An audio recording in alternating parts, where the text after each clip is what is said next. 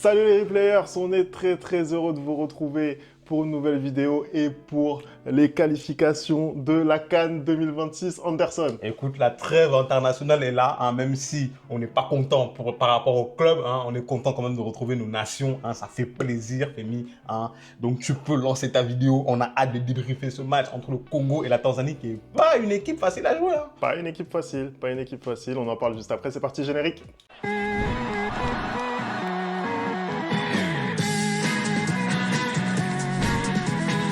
Allez, on commence tout de suite ce débrief Anderson, tu l'as dit, victoire donc du Congo 1-0 à domicile au Stade des Martyrs à Kinshasa face à cette belle équipe de Tanzanie. C'était pas un match facile, des conditions pas évidentes, un terrain synthétique, on le rappelle, une chaleur vraiment abyssale sur la capitale J'ai l'impression que tu n'aimes pas trop congolaise. mon continent là. Hein. J'ai l'impression que tu n'aimes pas trop mon continent là. C'est factuel, on parle de faits. Hein. Donc effectivement, voilà, pas forcément évident, mais tout de même une victoire. La bonne série continue pour les joueurs de Sébastien Desabre, Anderson.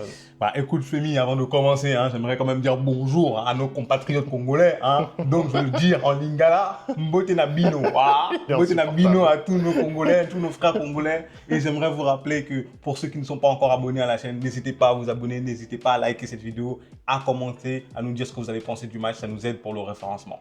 Donc maintenant, en ce qui concerne le match lui-même, un match assez étrange parce que moi je pensais que après le Congo ils sont premiers de leur groupe, tu vois, donc pour moi ils ont tout à gagner à avoir un match nul, même là en sortie des deux confrontations d'avoir deux matchs nuls ça les arrange, hein. Donc je pensais que cette équipe de Tanzanie qui a montré de belles choses depuis le début de ses qualifications, je pensais qu'elle allait essayer de faire plus contre ce Congo là, mais on a eu une première mi-temps où les deux équipes ont littéralement refusé de jouer. Hein. Il n'y a pratiquement pas eu d'occasion, sauf le seul moment où, comment il s'appelle, Mutusami a fait un peu ce dépassement de fonction, il a débordé, il allait donner le ballon dans le côté et il y a ce centre et cette reprise de volée totalement ratée. Mais hormis ça, la première mi-temps, elle était très pauvre en action, tu vois. Ils ont même pu se faire punir d'ailleurs. Exactement, Ouais. exactement. Mais les hommes de Sébastien Desabre, ils géraient bien, je trouve, ils géraient bien le match, ils n'ont pas concédé énormément d'occasions et malheureusement, ils ne se sont pas créés non plus énormément d'occasions. Par contre,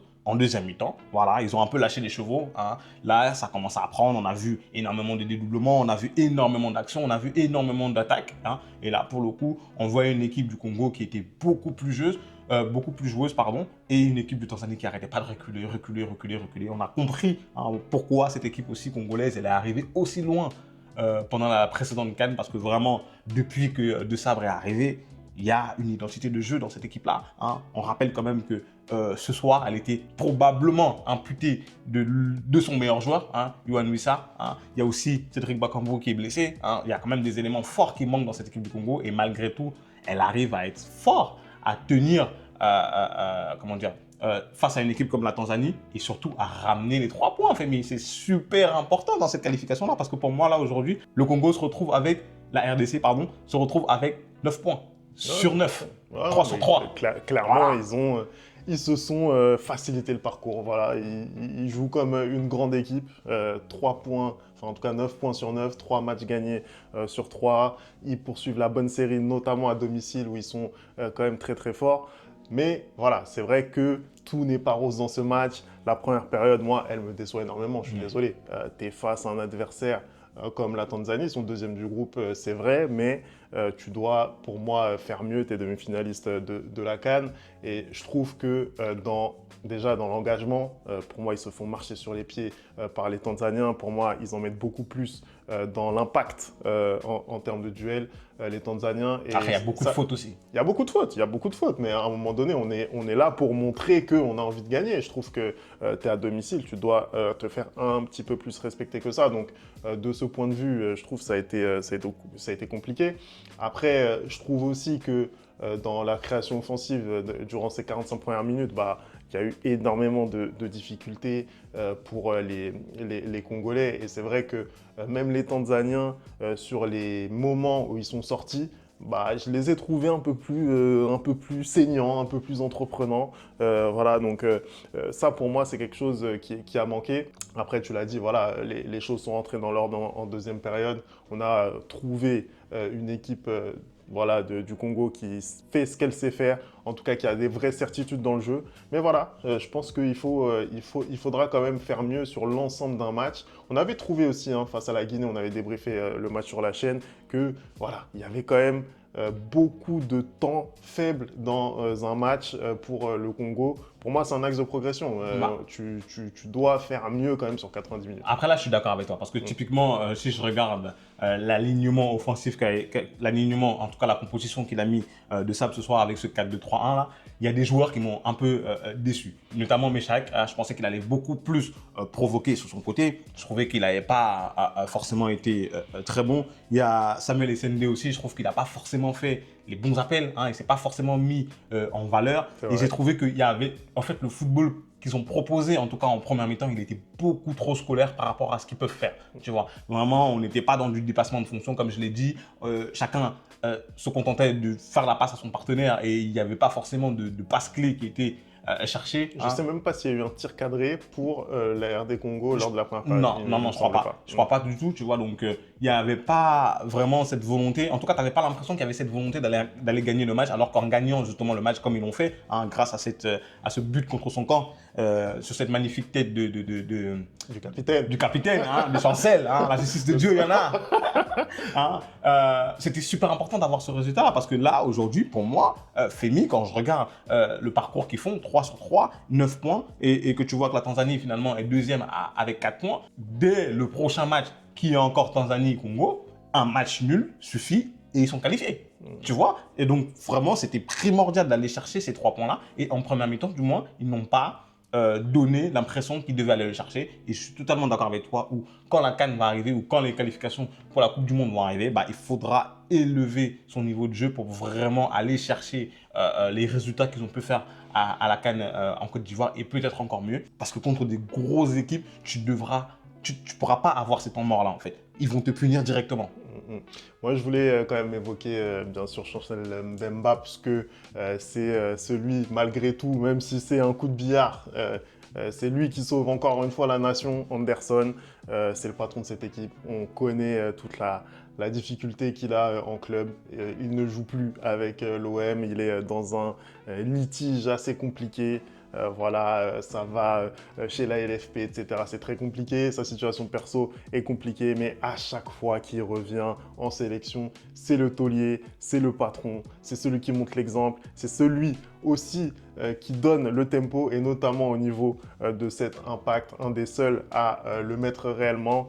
Et il est récompensé donc sur ce coup de pied arrêté qu'on n'a même pas vu. Moi, personnellement, je ne l'ai même pas vu en direct. Je l'ai découvert après. Voilà. C'est ça de ne pas avoir les chaînes. C'est ça de ne pas payer les chaînes. Voilà. C'est ça de trafiquer pour voir les matchs.